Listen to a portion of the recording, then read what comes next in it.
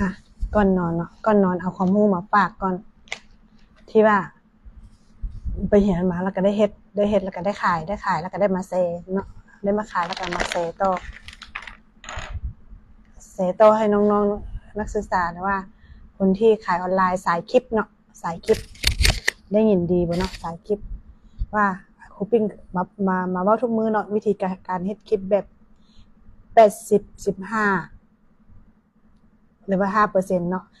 แม่นเฮาเฮ็ดตามลำดับนี้ที่ครูปิ้งเอาลงเนาะ1ตัวสีเหลือง2ตัวสีขาว3ตัวสุดท้ายเนาะอันนี้เนาะครูปิ้งมาฟังเนาะว่าจีมีขั้นตอนเฮ็ดใดๆครูปิ้งสิไปเล่าให้ฟังเนาะเล่าให้ฟังว่าอัน